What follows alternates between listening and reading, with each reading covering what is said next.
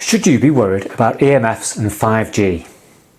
If you're looking to purchase a new house that happens to be near an electricity substation, or maybe a mobile phone or 5G mast, or if they are being built near you, then should you be concerned about the electromagnetic fields, EMFs, being emitted from them? EMFs are everywhere and are even present in nature, although of course we have increased the production of them enormously through mobile phone technology, Wi-Fi and an increase in electricity consumption in our homes. So should we be worried about the effects on our health? First, let's look at any potential long-term health effects attributed to prolonged EMF exposure.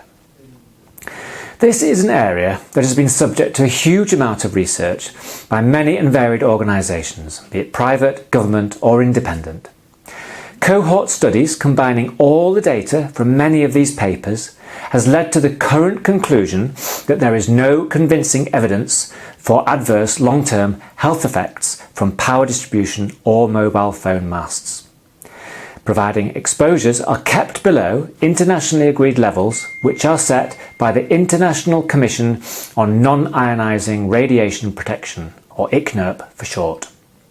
To be really clear, this does not say that there is definitely no potential for health effects, but that despite our best efforts, we can't yet find any evidence of it.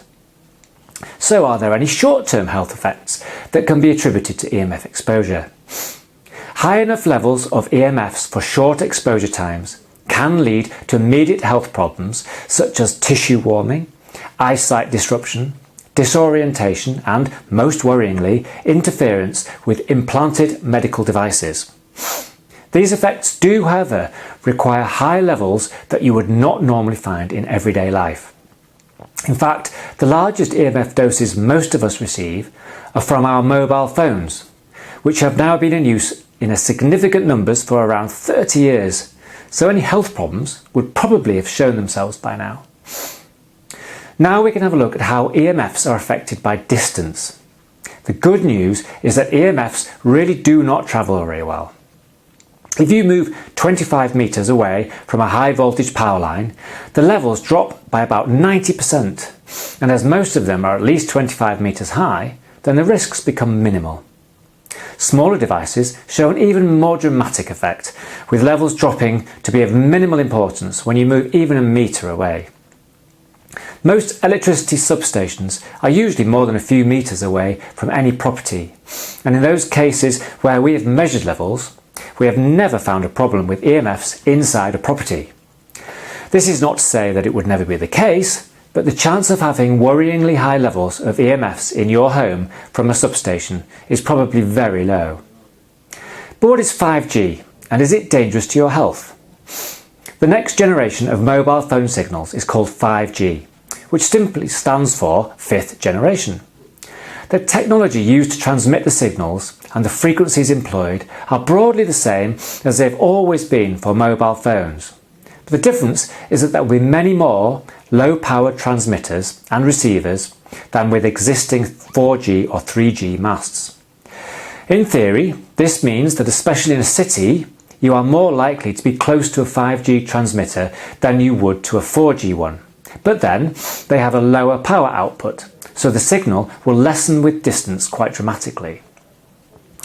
Clearly, it is not possible to know for sure if 5G could pose any type of risk. Although with what we already know about mobile telecommunications and EMFs of many other origins, it is unlikely that this will be any different.